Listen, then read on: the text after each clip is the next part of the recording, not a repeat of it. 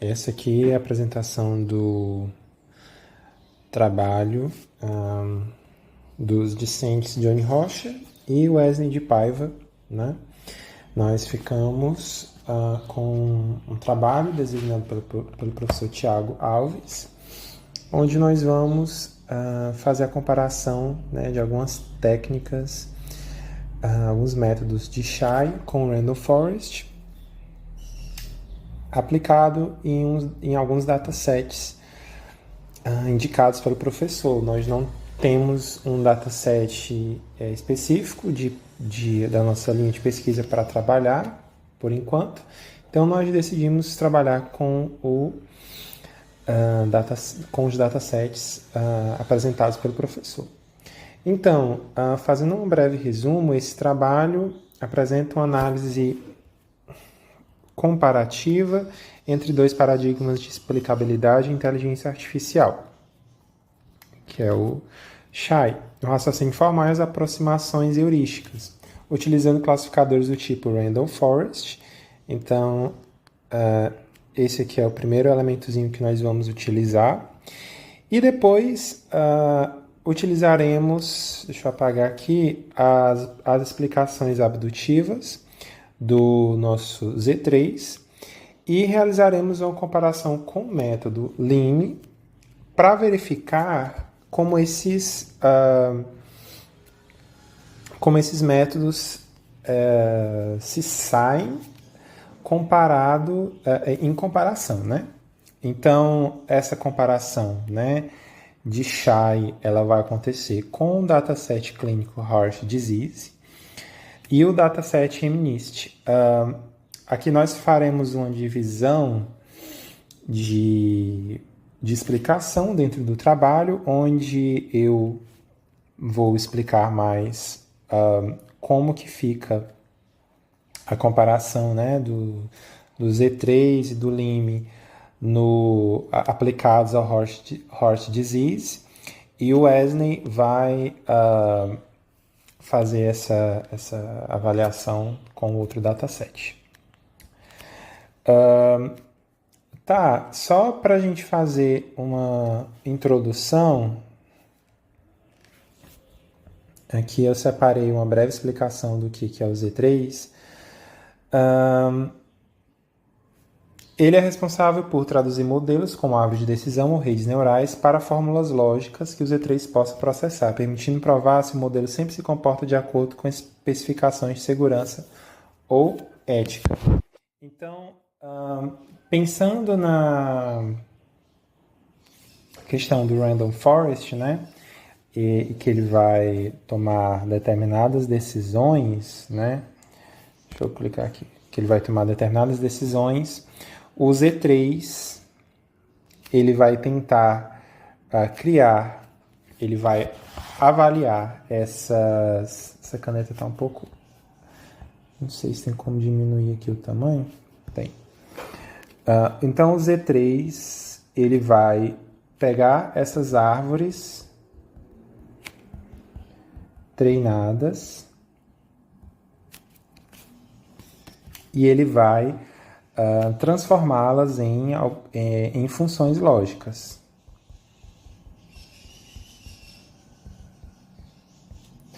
Essas funções lógicas, elas testam se elas vão fazer uma análise de como essa árvore chegou nessa determinada decisão para um paciente. Então, ele vai verificar, ele vai fazer, eu não sei se aqui em alguma parte do texto fala de verificação formal de modelo de aprendizado de máquina,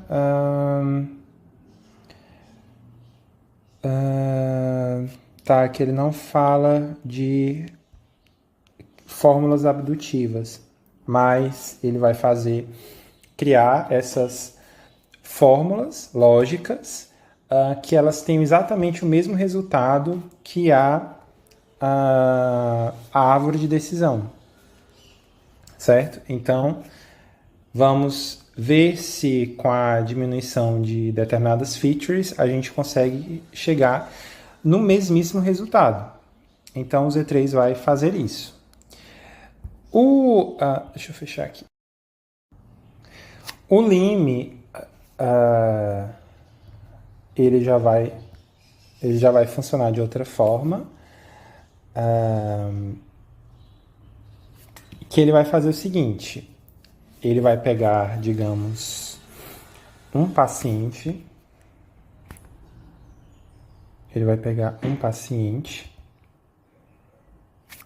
e ele vai criar X versões desse paciente, alterando pequenos pontos dos atributos.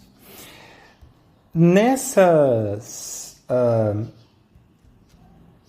mudanças que ele vai fazer, ele vai ver quais atributos têm mais ou menos peso para chegar no mesmo resultado no caso do horse disease, se ele está saudável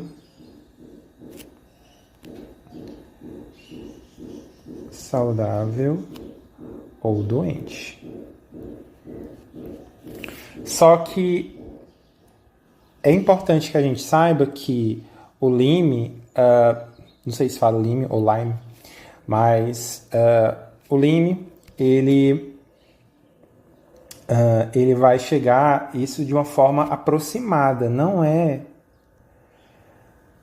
uma fórmula matemática que realmente garante proximidade exata e fiel com os resultados obtidos pela árvore de decisão, né? Por não avaliar as árvores de decisão de forma profunda como o Z3, né?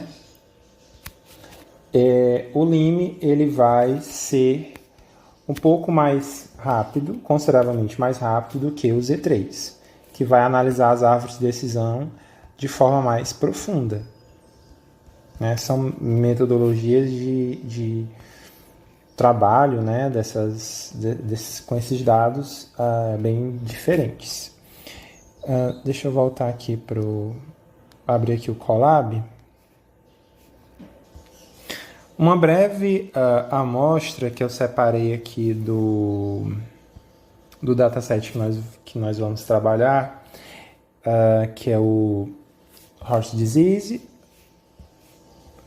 né? Aqui ele tem, eu separei aqui alguns casos, né, onde eles mostram, temos aqui atributos que vão chegar no diagnóstico, né, se esse paciente está saudável ou não. No caso, saudável 0 e doente 1. Os atributos são idade, sexo, dor no peito e alguns outros atributos específicos da área da saúde que eu não sei explicar muito bem, mas pressão, colesterol, que são bem conhecidos, frequência cardíaca, enfim. Esse dataset é passado para as árvores de decisão treinarem. A divisão que foi feita, ela ficou em 70% treino, 70% treino e 30% de teste, certo? Que foi uma sugestão dada, inclusive, pelo professor ao designar a atividade, né, o trabalho. Isso, no caso, 30% de teste ficou cerca de 91 pacientes para testar o que as árvores de decisão aprenderam durante esse treino, que foi cerca de 212 pacientes. Certo. Então, voltando aqui para o Colab, explicado como foi feita a divisão do dataset, deixa eu fechar aqui esses pontos. eu queria mostrar aqui como que ficou a parte da divisão. Tá aqui então. Nós temos a organização do modelo, né? Aqui nesse trecho do código fazendo a divisão, né? Dentro do que foi apresentado, né? Sendo 70% para treino e 30% para teste. Tem algumas informações que são importantes que eu gostaria de mostrar um pouco mais abaixo, que é o seguinte. Então, algumas métricas que são importantes aqui sobre o treino. No caso, treino não seria a palavra adequada, seria teste. Teste, a acurácia que ele obteve foi de 0,79, o que não é um valor alto, dada a relevância o quanto o dataset trata de uma informação muito crítica, né? Quer dizer, se uma pessoa está saudável ou doente, né? Então não é uma acurácia muito alta. Treino 212, teste 91. Então aqui, dos modelos, das vezes que ele falou que as pessoas estavam saudáveis, ele acertou 82%. E comparado com o total, né, dos que ele disse que estava saudáveis, ele acertou 0,68, né, o que é baixo. O modelo parece que tende a apontar que as pessoas estão doentes. Eu estava estudando e isso pode ser uma possibilidade de ter uma quantidade maior de pessoas doentes no teste e isso, de alguma forma, fazer com que a árvore de decisão acabe pendendo mais para um lado de dizer que, estando doentes, que os pacientes estão doentes, que ela vai acertar mais, né? Então, aqui ficou a precisão de 0,77 para doente e 0,88 para o recall, né? Comparado com a quantidade total de pessoas doentes, né? E a acurácia a média que ele ficou foi de 0,8. Eu queria mostrar algumas especificações que foram designadas para a Randall Forest. Deixa eu ver aqui que foi definido. Deixa eu encontrar. Não, esse aqui é o outro. Aqui, que ficou definido a quantidade de 20 árvores e a profundidade sendo de nível 4. Então, com as árvores treinadas, deixa eu remover aqui. Com as árvores treinadas, a gente vai ir partindo dessa discussão a respeito do... Bom, então aqui nós vamos falar um pouco sobre as métricas, os experimentos e as métricas, aqui nesse caso. Foi definido para comparação, né, dos E3 e do Lime,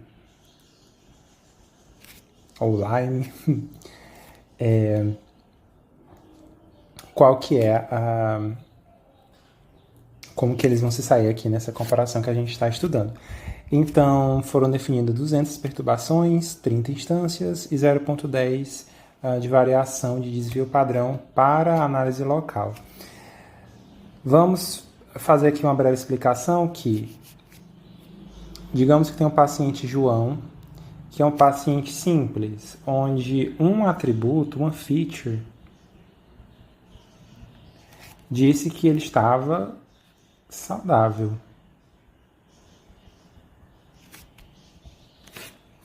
Daí o que ele vai fazer?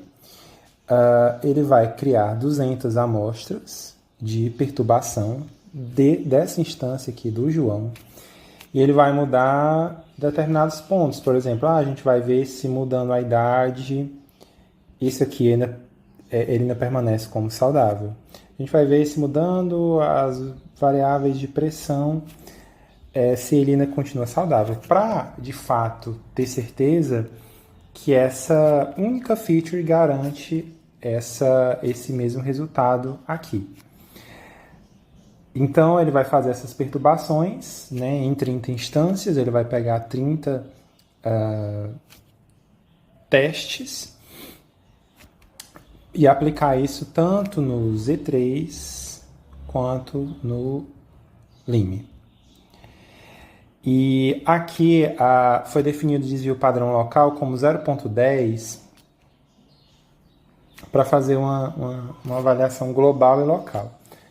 A avaliação local, ela vai fazer o seguinte, ela vai fazer variações, perturbações mais finas, né? No caso aqui, de 10% do intervalo.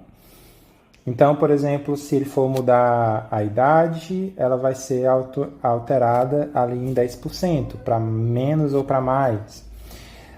Já a instância global, a avaliação global, ela já vai mexer com essa feature de uma forma mais ampla, não tão controlada quanto a local. Então, ela já vai testar de forma mais, vamos dizer assim, firme, se realmente essa feature garante esse status aqui, esse retorno, né, essa saída de saudável. Só a global, reforçando mais uma vez, no caso, como a local ela vai ter esses valores aí de 10% de variação, a global ela já vai, sei lá, se o paciente tem 50 anos, ela vai testar, por exemplo, se o paciente com 80 anos ainda tem esse mesmo retorno, enfim, já é uma validação um pouco mais extrema.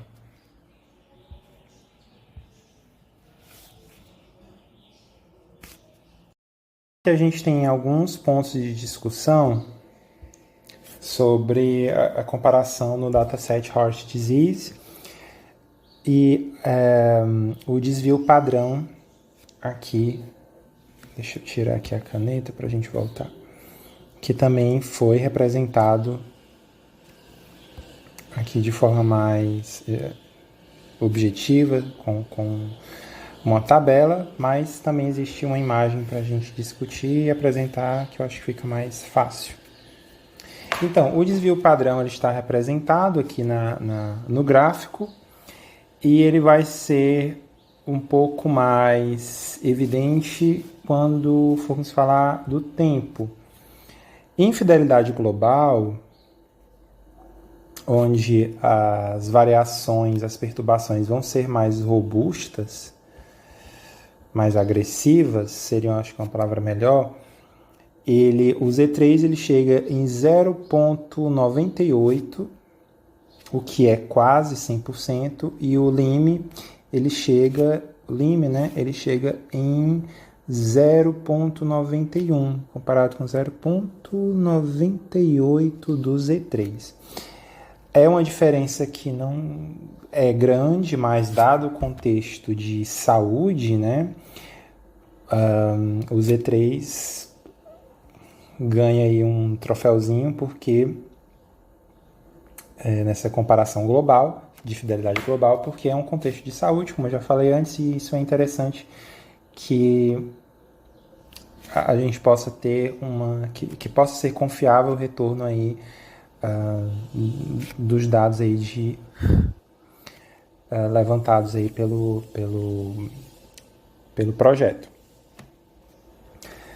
Aqui em fidelidade local, a diferença também é pequena, né? Sendo que o Z3 chegou em 1%, não, em 100%, né? Chegou em 100% de acerto, quando a variação, a perturbação, no caso, ficou em 10%, e o LIME chegou em 0,97, quase 98, né?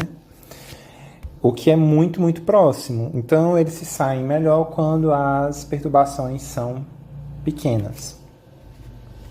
O Horst disease, já que ainda no Horst disease, no tempo médio de execução, né, a gente vai ter esse desvio padrão aqui para analisar. Tanto o desvio padrão ele é grande, né, no Z3 e no LIME, quanto a diferença de um para o outro, né? Como o LIME ele não vai avaliar as árvores de decisão da mesma forma complexa que o Z3 vai trabalhar, ele consegue processar essas requisições que nós fizemos de uma forma muito mais rápida, né? Foi definido um tempo, né? Então no tempo na hora de começar a executar, o LIME ele cravava um tempo de início, depois um tempo de fim, fazia o cálculo, uma marcação do tempo para que pudesse ser contabilizada aí uma média que está sendo observada aqui. E aí está a grande vantagem do LIME em comparação com o Z3. O LIME ele consegue dar esse retorno. Se a necessidade do usuário de ser processado em menos tempo e Opa! Como é que eu fecho isso aqui? Vou tirar aqui. Tá.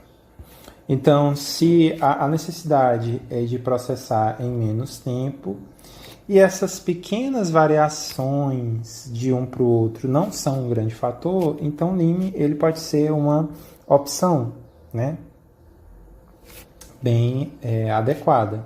Agora, se a precisão ela é o grande ponto e o tempo, que aqui está sendo calculado em segundos, mas se houvesse uma profundidade maior na árvore ou mais árvores, o Z3 iria disparar aí no consumo de tempo muito maior.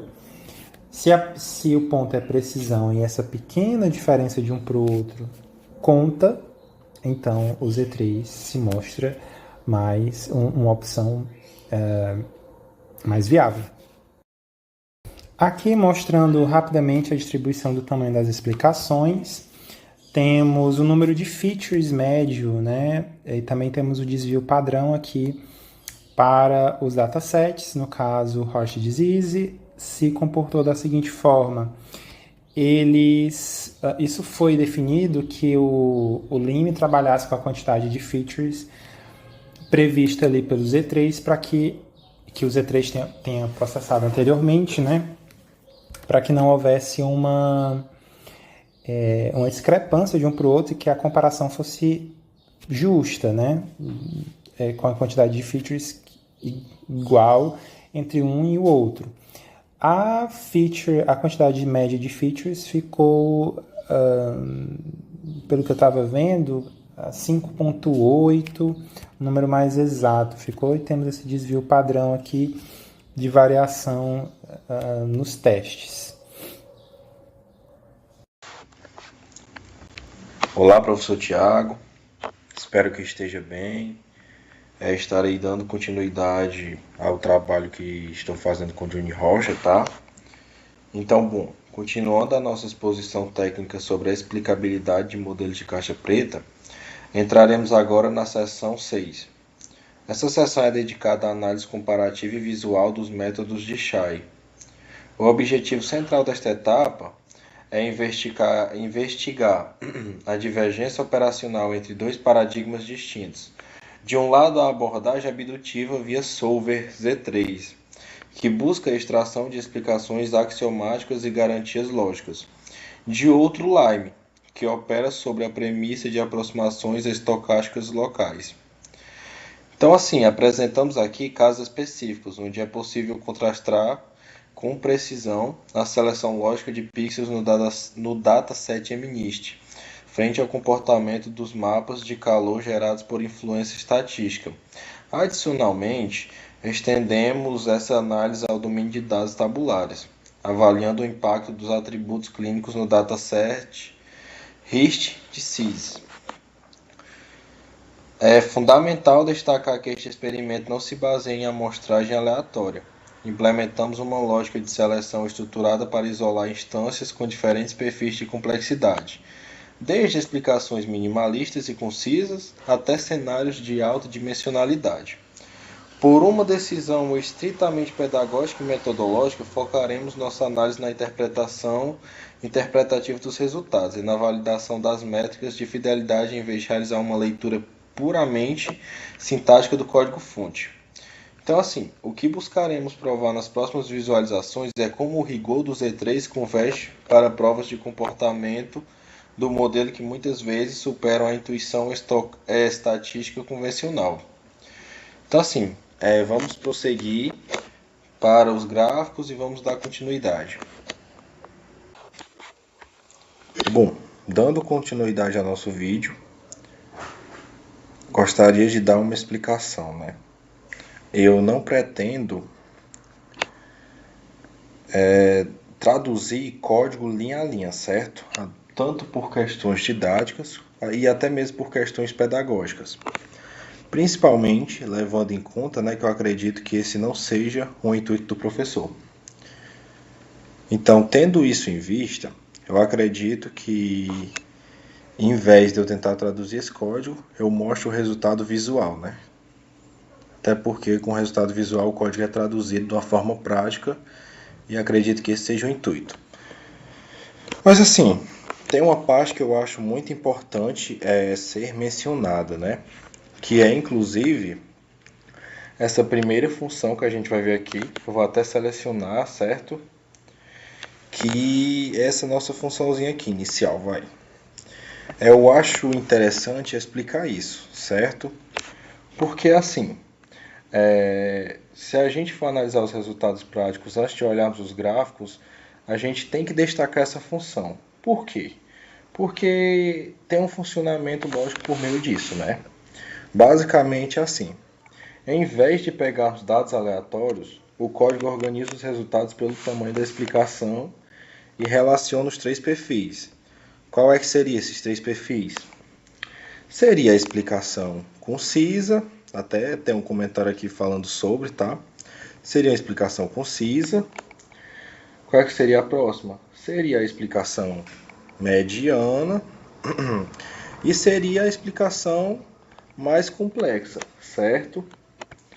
Então, assim, como eu já havia mencionado, eu achei importante falar sobre esse detalhe, falar sobre essa função aqui específica inicialmente, mas o nosso foco não é ler o código linha a linha, até porque o vídeo ficaria muito extenso. Bom, partindo diretamente para os resultados, que eu acredito que é realmente a parte interessante, um momento. Pronto, aqui a gente vai ver, né, os exemplos, que a gente tem alguns logs já, que a gente vai ver o exemplo sobre o dataset, né, o dataset do REST de CIS, que assim, nesse dataset, né, que é de doenças cardíacas, observem a instância 75. Observem a instância 75. E no topo, o AXP, que o Z3, né, em azul foi minimalista. Basicamente, ele só identificou apenas a pressão arterial. Como prova lógica, a gente já consegue ver uma seguinte situação, né? Que já ao contrário, o Lime pegou e focou em outra variável, gerando 0% de interseção. Ok, nesse meio termo, a gente tem o quê? A gente tem a instância 37. Já na instância 37, o que acontece? Temos um meio termo interessante com 50% de interseção. Aí sim, os métodos começam a concordar. Mas aí o que acontece? O Lime ainda atribui pesos a variáveis que a lógica formal considera dispensáveis. Certo. Se a gente tendo isso em vista, a gente chega no ponto-chave, a gente chega na instância-chave do nosso problema, que basicamente, por fim, na instância 35, chegamos à convergência total com 100% de interseção 3 de 3, né, as características em comum. E isso valida que, em casos críticos, ambos os métodos apontam para as mesmas causas raízes, como colesterol e frequência cardíaca. Certo, agora que a gente fez essa revisão, sabe, a gente fez essa demonstração, essa análise desses resultados, agora a gente também não pode esquecer do MNIST, né, que é outro ponto importante. É um momento para me rolar aqui para os gráficos. Aqui em cima já vemos alguns resultados, assim como aconteceu anteriormente. E bom, o que acontece, né? Ao passarmos para o MNIST, a visualização muda para pixels, funcionando da seguinte maneira. Os pixels em azul, observem, os pixels em azul são a prova lógica do Z3. Enquanto os pixels em laranja são o foco estatístico do Lime. Então, assim, notem a instância 7, onde a interseção foi de 0%. E isso revela que o que o modelo considera relevante estatisticamente nem sempre é o que garante sua decisão logicamente.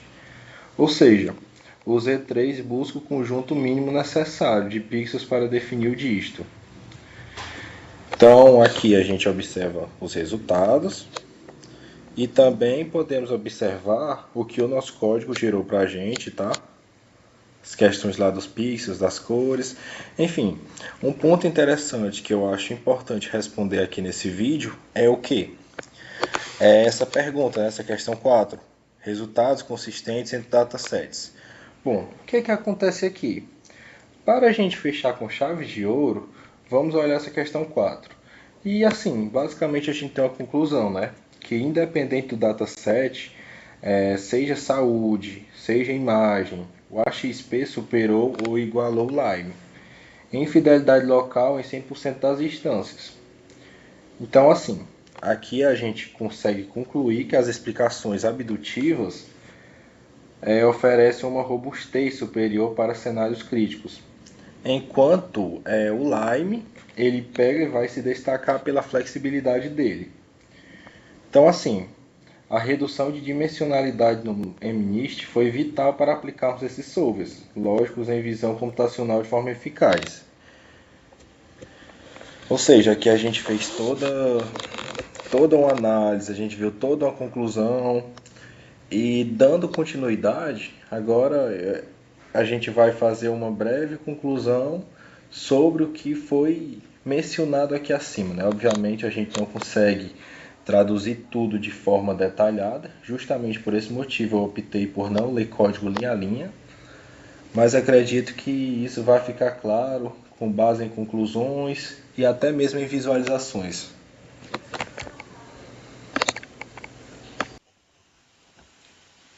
Para concluir esse estudo comparativo, os resultados demonstram que, embora o Lime seja uma ferramenta poderosa pela sua flexibilidade e velocidade em gerar mapas de influência estatística, as explicações abdutivas, né, a XP, via Solver, Z3, apresentam uma robustez superior para cenários de alta criticidade. Então, assim, né, aqui reforço, né, também até da parte do Johnny, reforçamos os principais pontos observados. Fidelidade inquestionável, que assim, como evidenciado na questão 4, o AXP atingiu 100% da fidelidade local em todas as instâncias analisadas, tanto em dados tabulares quanto em imagem. Isso significa que a explicação gerada é uma garantia matemática do comportamento do modelo, e não apenas uma estimativa local. Outra parte interessante, né, outro ponto interessante é minimalismo lógico. Através das instâncias do hash de SIS, vimos que o Z3 é capaz de isolar o conjunto estritamente necessário de características para manter a decisão, evitando a dispersão de pesos que muitas vezes ocorre em métodos estatísticos. Versatilidade de domínio. A aplicação bem-sucedida no MNIST comprovou que, com o uso de técnicas de redução de dimensionalidade, é perfeitamente viável utilizar solvers lógicos para explicar problemas de visão computacional, tradicionalmente dominados por métodos de caixa preta. Então, assim, em resumo, este trabalho valida que o uso de formalismos lógicos em Shai não apenas complementa as técnicas existentes, mas eleva o padrão de confiabilidade necessário para a aplicação de inteligência artificial em áreas sensíveis como a saúde e a segurança. Então, por fim, eu agradeço sua atenção, professor, e tanto Johnny, estamos à disposição para responder quaisquer dúvidas. E só esclarecendo, né, que o Johnny foi muito feliz nas suas explicações, nos seus exemplos didáticos, enfim. Então teve muitos pontos que basicamente ele já conseguiu introduzir, que para não tornar repetitivo, é um vídeo muito longo, muito repetitivo para você, eu achei melhor não repetir, tá? Então assim, muito obrigado pela atenção e seguimos.